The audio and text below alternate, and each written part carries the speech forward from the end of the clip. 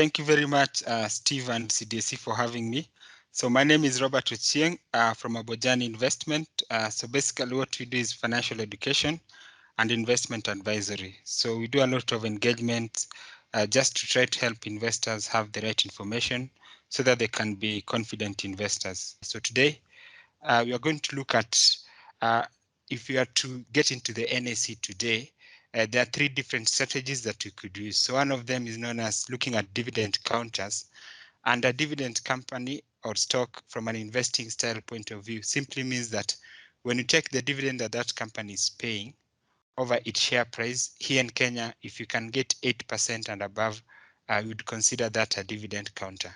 But you need to ensure that the company has been consistently paying dividends in the last 5 years, and it should also have a very stable and predictable dividend policy. So like some companies would say, we'll distribute up to 66% of our net profits in dividends. Some would say 70 or 80. So in ordinary years, when there are no issues, they typically pay very predictable dividends, and over time they'll also increase the amount of dividend that they pay. So for example, in the last financial year, Standard Chartered paid 22 Kenya shillings per share in dividend. So let's say the current price is 150. So if you take 22 over 150, you'll get actually more than 10%. So that's a good one. BAT also pays very consistent dividends, ABSA, NCBA. So you need to first look at the business performance of that company. Where are they headed? And if you look at the Kenyan financial services industry, for example, when you look at Standard, you'd say that they are ahead when it comes to wealth management. So that should be a good sign. Then from a financial performance point of view, they're also doing well, growing by double digits. So you have to back up business analysis, financial analysis, then dividend as the last. So don't just buy because the company is paying good dividends. When you are investing, you're basically buying because of the future viability of the business. So an investor is not a student of history, but rather someone who is optimistic about the future, and you have to have some data to back up that, in as much as the future is not guaranteed. So BAT again is a mature company that has consistently been paying dividends over the years, and ABSA is on a roll. Like if you look at it in the recent past, it has done very, very well from a business performance point of view. They've actually expanded the segments that they look into from a customer point of view. So you'd see them even in places you'd ordinarily not see them, serving SMEs, and they've also come up with the asset management unit. So they're really trying to expand and play in more expansive markets, which will help them to defend their strategies in terms of their core business and also exploring new opportunities. So that's an area to look at. And also the dividend yield or policy is very consistent, and it is very predictable in terms of how much they pay. Then NCB again, quite attractive from a business point of view. So currently they are on a rapid branch expansion drive. Even yesterday, they opened a new branch in Migori. So if you look at the past 2 years, they've really opened several branches. There's one in Gikomba that they opened, Kawasukari. And from an asset management point of view, also NCBA Investment Bank is the second largest when it comes to unit trust after CIC. And they hit 30 billion in June this year. So that is quite some growth, because it was actually less than 10 billion in 2019. So you want to follow companies that they have their traditional areas of strength, like NCBA, very strong in asset financing, but of course they got into financial inclusion with mobile financing, and now they're still strengthening their corporate business. So you have to look at the business primarily. You analyze it and see the viability, where things are going, then the financial statements, and you're going to see shortly that NCB is one of the banks that are recording double-digit growth in terms of profitability.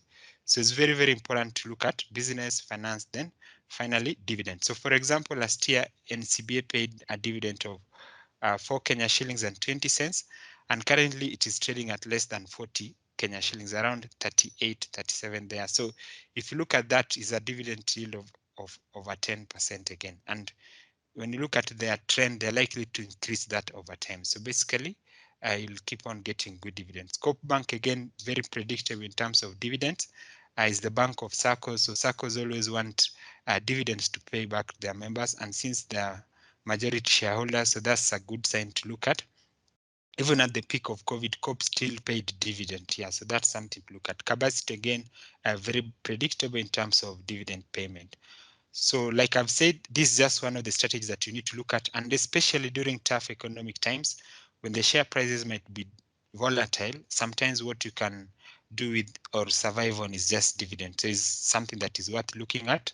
So you can look at this plus other companies that fall into these categories, then choose the one that you strongly believe in. Then value counter. So value counters, basically what value counter means that the share prices are trading at a discount. It's like you go to a supermarket today at Naivas and you find something that you'd buy at, let's say 60 Kenya shillings is trading at 40. So it's an open window that usually is available for those who have eyes to see, usually say on a lighter note. So when the opportunities are available, that is the best time to get into those companies. So like at Abojani, our valuation for Safaricom is at 37 Kenya shillings. So now that it's trading at around 15 Kenya shillings, it is undervalued from a point of view. I&M is also undervalued, Jubilee, DTB, plus, excuse me, plus other counters. So what you need to do is to look at these companies and any others that based on your analysis are undervalued, and then create an investment strategy where you're also looking at value counters. So like, for example, DTB is valued at around 250 Kenya shillings when you look at their book value per share, but they are currently trading in the stock market at around 40 something. Usually it oscillates between 45 to 50. So that is quite an opportunity for those who believe in the future of the business. And you need to look at what are they doing business-wise. And I think for the first time, the bank is very aggressive. They also on a rapid branch expansion. They're getting to the digital space. So if you go to LinkedIn, you'll see they have a new brand known as DTBX, where they are creating digital transformation products and also partnering with fintechs. And recently in Tanzania, they partnered with Vodacom to launch a product that basically is similar to M-Shwari. So those are things that ordinarily we would never see DTB doing. So I think now they have ambition and they're worth looking at from a long-term point of view. But we have to again look at their financial statements and see if they're growing from a profitability point of view, as well as their balance sheet, so assets, deposits, and stuff like that.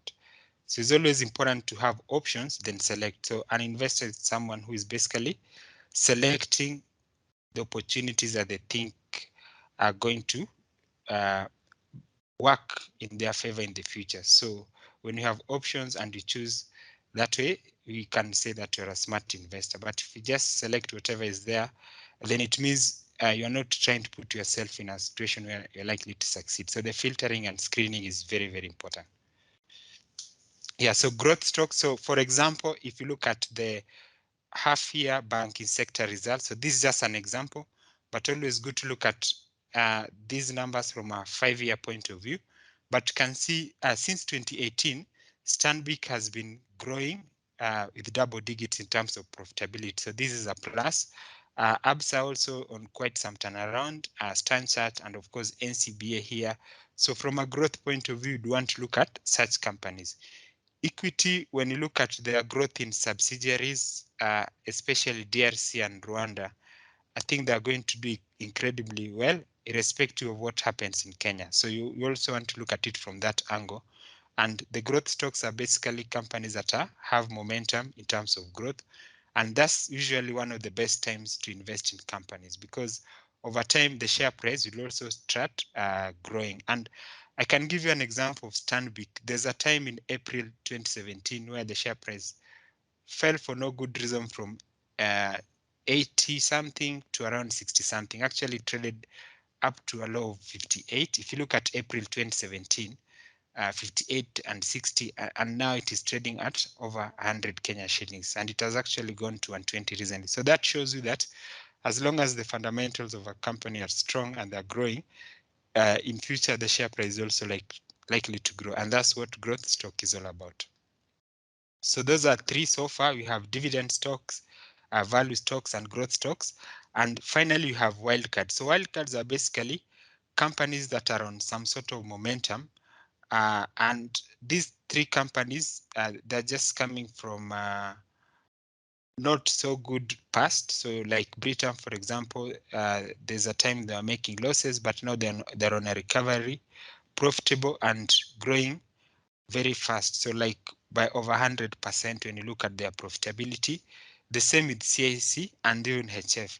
So CIC is also on quite some good momentum. So a wildcard is basically there might be low probability of you making money in that company, but if it works as per the thesis, then you can even have the share price double or even triple. Because you know, like Britam is undervalued, the book value is at 9 Kenya shillings, but currently is trading below that. And still on a business point of view, the shareholder funds are growing, the balance sheets profitability. So if they can maintain that momentum, then these are some of the companies that could have your share price double or triple. But again, if that doesn't work, it could be a bad thing for you. So that's why you call it a wild card. So wild card in your portfolio, maybe you should not put a lot of money in it. So if you have 100%, try not to put more than 10% of your portfolio in wildcards, or even 5%, or at most 5%, depending on your analysis. But I believe there are companies that are worth looking at on top of the three investment styles that we have looked at so far. Thank you, and back to you, Steve.